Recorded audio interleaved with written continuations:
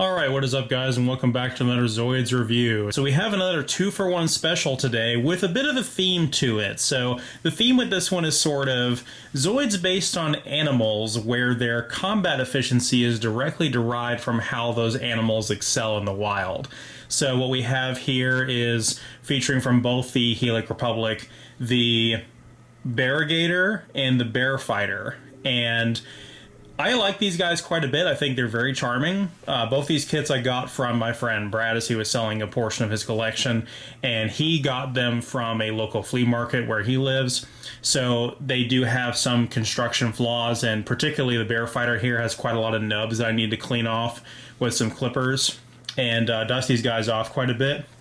But I find them pretty charming, and I would like to keep them displayed in my collection even after this review. But we'll go ahead and start with the Barigator. So, of course, this guy is based off of an alligator and is quite charming, and the history of this model kit is rather deep. I really need to clean this guy off quite a bit. The dust is showing like crazy now that he's on camera here with this light. I think he's really cool. He's obviously a little alligator, and this is the Hasbro version localized for the Build, Customize, Mobilize line, even though this Zoid did not appear in any of the anime.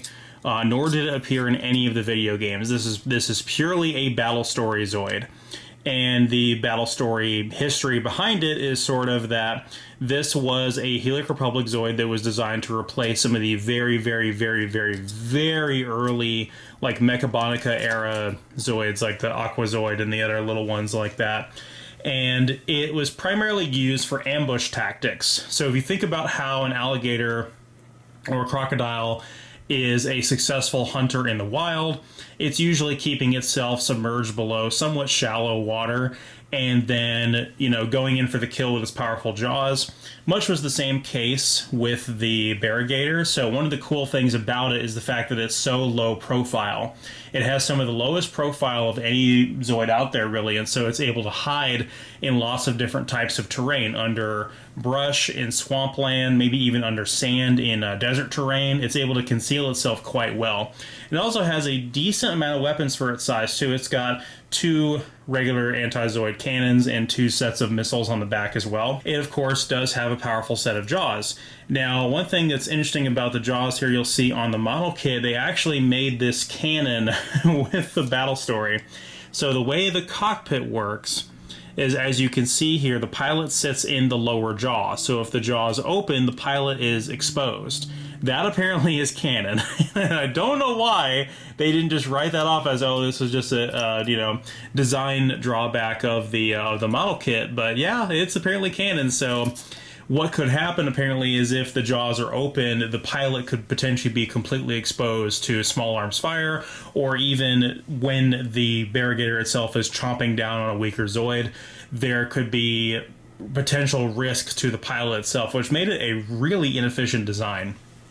The only really notable encounter in the battle story lore that the Barigator saw combat for was it was used as a escort Zoid in formations with transports bringing larger Zoids to the Dark Continent of Nyx, because they do have semi-aquatic capabilities, although they were not nearly as effective as the Hammerhead, and they were dispatched very quickly by the superior Gylos Empire Heldegunners. So the Heldegunners made quick work of these things, and I don't think they were implemented in combat ever since then.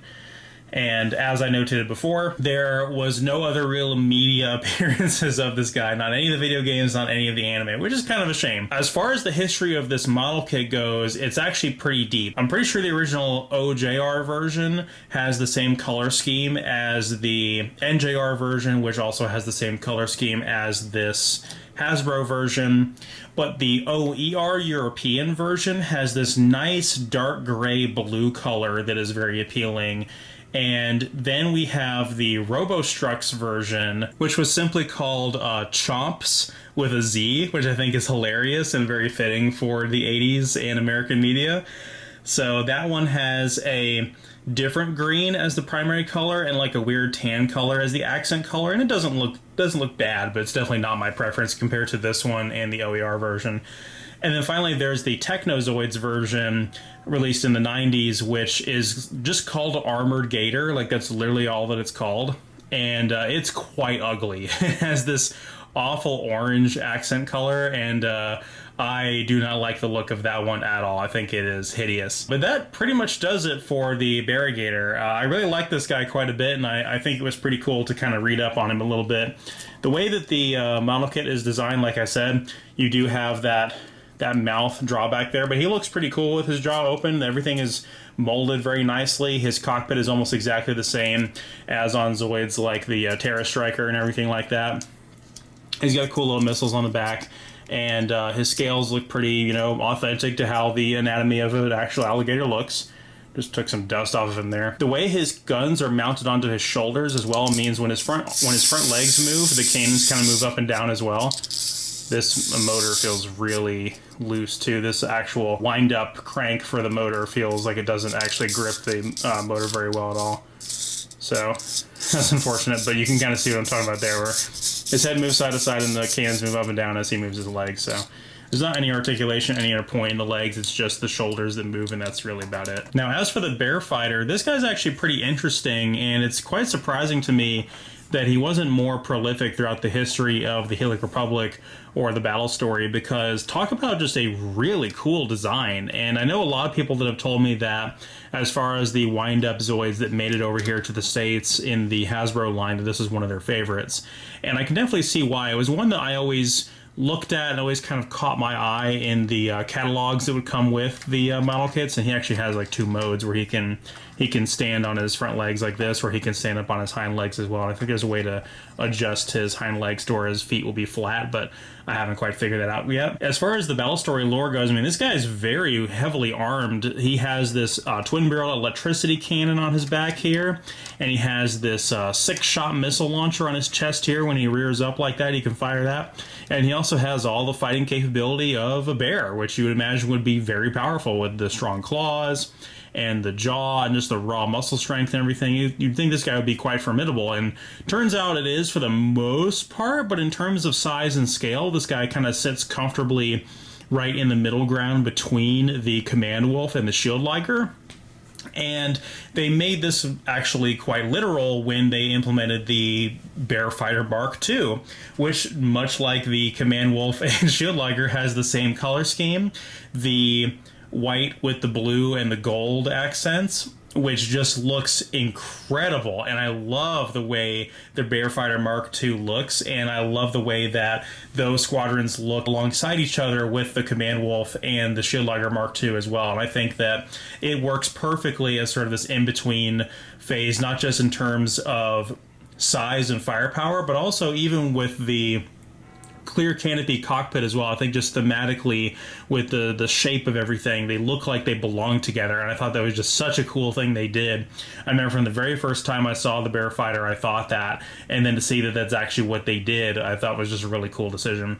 But other than that, there's not too many different appearances of the Bear Fighter in the battle story, and it does not have any anime appearances whatsoever. In the OJR line, this guy appears with mostly the exact same color deco, except the canopy cockpit is that like translucent brown color. I think they call it a smoke color, whereas this orange translucent is more commonly seen with the NJR and the Hasbro adaptations.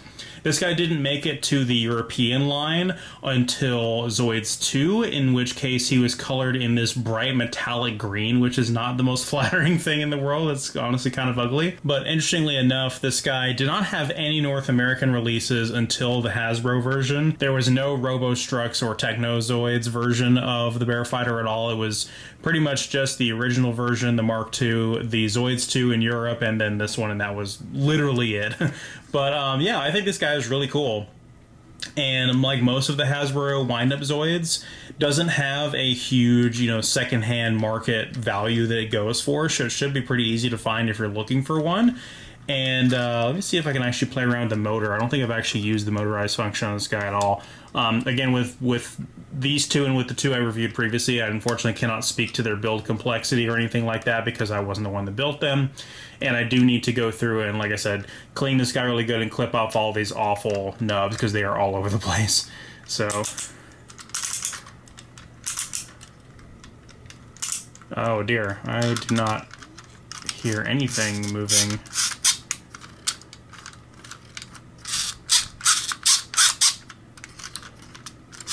So yeah, I guess the motor is just not working at all. Maybe I can get in there and clean that and get it to work as well. But we'll figure that out, and I'll figure out how to get the legs to go down to where I can have it in this pose without having to worry about the back leg sticking up like that. But yeah, in conclusion, I think these guys are both really, really nice, and if you guys are looking for them, they shouldn't be that difficult to find. So thank you guys so much for watching. I'll see you guys next time.